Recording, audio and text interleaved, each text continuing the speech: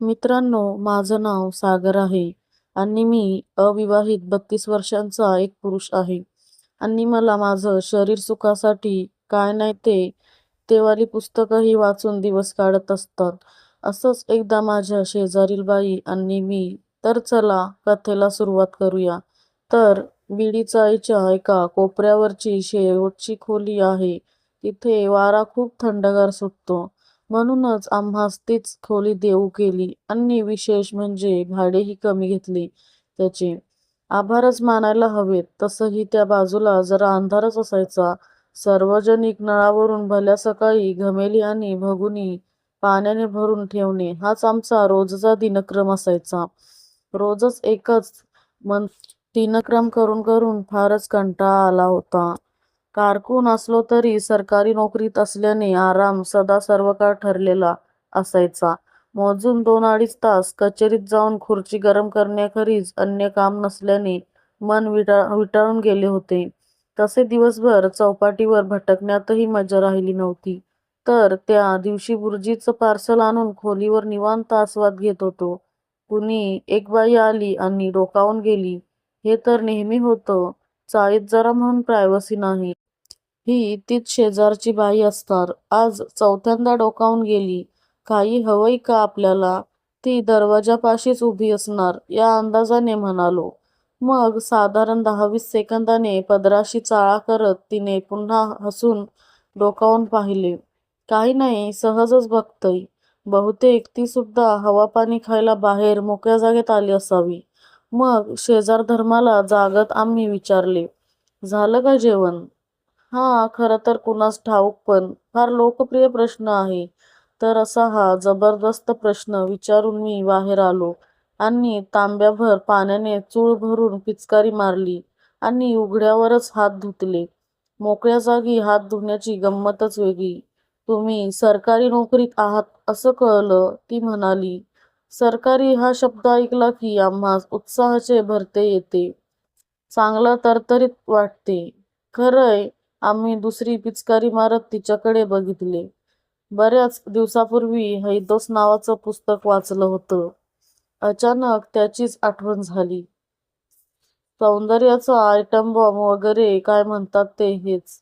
गोरीपण आणि शृंगारास आतुर वगैरे असलेली ललना साक्षात पुढे उभी होती. आमच्या ह्यांच्या नोकरीचं काही बघता का? तिनं लाडविळपणे विचारलं. ह्यांच्या म्हणजे तिच्या नवऱ्याबद्दल बोलत होती ती. नक्कीच नक्कीच. फक्त तेवढी कागदपत्रे वगैरे आणून द्या. आता माझ्यासारखा कारकुनीच्या दीडदमडीच्या नवऱ्याला सरकारी नोकरीत कसा काय चिकटवू शकतो? हे एक मोठे कोडे होते. हिचा नवरा वॉचमॅन आहे एवढे मला समजले. मग ती गेली. पुन्हा सामसूम झाली. मी झाडलोट करून व्हरांड्यात विडी शिलगावून बसलो. 11 वाजता एक शिडशिडत माणूस गेला. बेजार. एक ठेवून दिल्यास जमिनीवर कायमचा उताना पडेल असा एक इसम शेजारणीचं दार वाजवताना आढळला. चायला हा हिचा नवरा? याला ही असली आयटम बॉम्ब कशी पेटली? विडी जळत होती. और अंदर से कलेजा भी. मग झाली का ड्युटी? आम्ही जळून खाक होत त्याला विचारलं. वय, हे काय आता झालो? तो बोलला.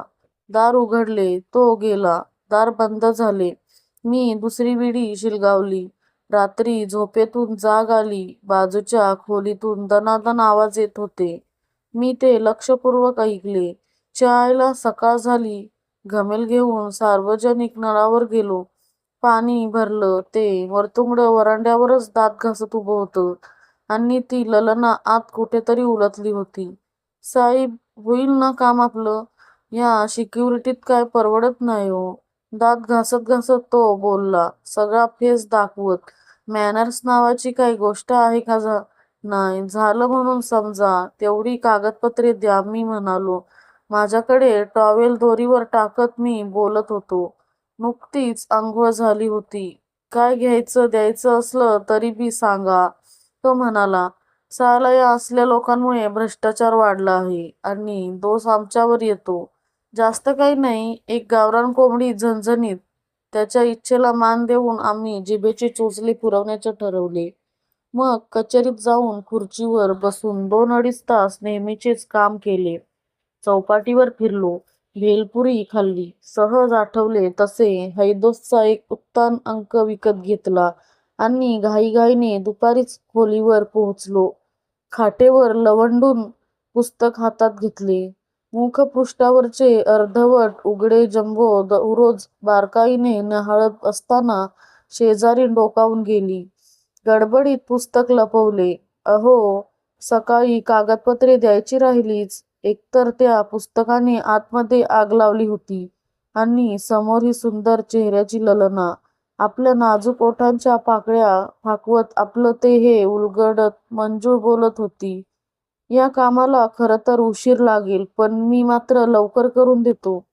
कागदपत्रे बघत मी म्हणालो, कुठला तरी पिंपळगाव बुद्रुकचा 10वीचा दाखला, 12वी नापासचे मार्कशीट आणि इतर भरमसाठ झेरॉक्स असे ती कागदपत्रे होती. किती धूळ झाली हो खोलीत. मी झाडून घेते, ती बोलली. अहो नको, कशाला?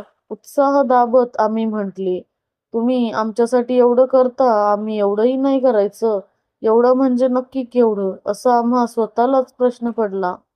मग बाहेर जायचे सोडून हाच तो मौका वगैरे विचारत आम्ही टेबले कपाटाची उगीच इकडून तिकडे सरसार केली. खिडक्यांच्या तवांदावरील फडके वगैरे मारून झाली. जळमटे वाढली त्यापेक्षा कितीतरी जास्त होती. बाईच्या नजरेतून काहीही सुटत नाही. मग पांघरुणे विस्कटून त्यांच्याही घड्या घालणे चालू झाले. काही गोष्टी दार बंद करून कराव्या माणसाने. पुस्तक लपवण्याच्या ठिकाणी ओझरत बघत ती म्हणाली, ललनेला सगळं काही माहीत होतं, तर म्हणूनच ती आत आली होती. रजाई ठेवताना आम्ही उगीचच तिला पाठीमागून भिडलो.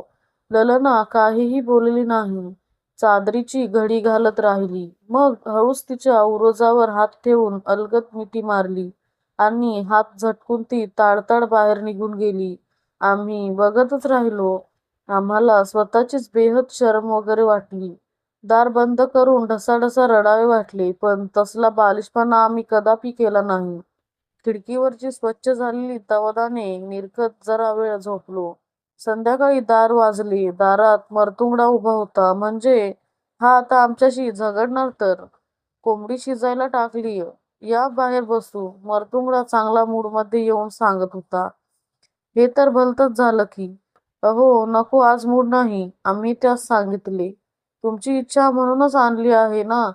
म्हणून कसं चालेल? नाही म्हणून कसं चालेल? ललना स्वयंपाक खोलीतून बाहेर येत बोलली. अगदी लाडूळपणे. मात्र आमचाही मूड परतला. वरांड्यावर गार हवेत विडी शिलगावून आम्ही बसलो. कोंबडीचा सुगंध आसमनात दरवळत होता. मरतुंगडा आतून काहीतरी घेऊन आला. साईब, लोकांना लागतं म्हणून तुमच्यासाठी इंग्लिश आणली. मरतुंगडा गिलास काढत बोलला. हे बाकी भारी झालं. मग आम्ही घोटघोट करत अख्खी बाटली रिचवली. मरतुंगड्याला थोडी जास्त झाल्याने तो बाहेरच लवंडला. मग ललना म्हणाली, आधी तुम्ही जेवून घ्या. कोंबडी फर्मास होती, वादच नाही. पण बनविणारी आतून फट्टू होती. मी म्हणालो, आमचा राग आला का? ललना म्हणाली, नाही, तुमची काय इच्छा आहे मला चांगलंच ठाऊक आहे. आमच्या ह्यांना नोकरी लावणं माझ्या हातात नाही. माफ करा. दारू नशेत माणूस खरं बोलतो म्हणून सांगून टाकलं. माहिती आहे, ती म्हणाली. मी चमकून तिच्याकडे पाहिले. पण माझं प्रेम आहे तुमच्यावर. ललना आता मूडमध्ये येऊन गुलगुलू बोलायला लागली. मी रस्सा ताटात ओतून घेतला आणि तंगडीचा घास घेऊन भाकरी कुस्करायला प्रारंभ केला. का बरं असं? काय आहे माझ्यात? मी तर एक साधा कारकून. लिंबू पिळत मी कलेजीवरही ताव मारला. तुम्ही शेजारच्या खोलीत राहता ना, म्हणून. ती म्हणाली. हे काही आम्हास झेपले नाही. दाताखाली हाडूक आल्यासारखं. पण असो. म्हणजे म्हणजे मी ठरवलं होतं, शेजारच्या खोलीत जो कोणी राहायला येईल त्याच्याशी प्रेम करायचं. ती म्हणाली. म्हणजे योगायोगाने तिथे मी राहायला आलो आणि ही माझ्या प्रेमात पडली. ते म्हणतात ना, सुंदर स्त्रियांचा मेंदू डुप्लिकेट असतो. तेवढ्यात तो मरतुंगडा डुलत डुलत आला. त्याने उगाचच 1000 वेळा माफी मागितली. तसंही त्याच्याबरोबर जेवण्यात मला विशेष इंटरेस्ट नव्हता. मग कोपऱ्यात बसून त्याने कोंबडीचा फडशा पाडायला सुरुवात केली. मी जेवण संपवून खोलीत जरा लवंडलो. पोट तर तृप्त झाले होते, पण बाकी विचार करत पुस्तक काढले. तेवढ्यात ललना आत आली आणि अशा परत एकदा पल्लवित झाल्या. बाई आणि बाटली हे विचित्र समीकरणात जुळून येणार तर. ती खाटेवर बसली. आम्हास फार थंड वाटले. तुमचंही माझ्यावर प्रेम आहे ना? तिने माझा हात हातात घेऊन उरोजावर ठेवत विचारले. मऊ मुलायम मासल मखमली उत्तान उरोजांचा तो स्पर्श आम्हा क्षणार्धात ढगात घेऊन गेला होता.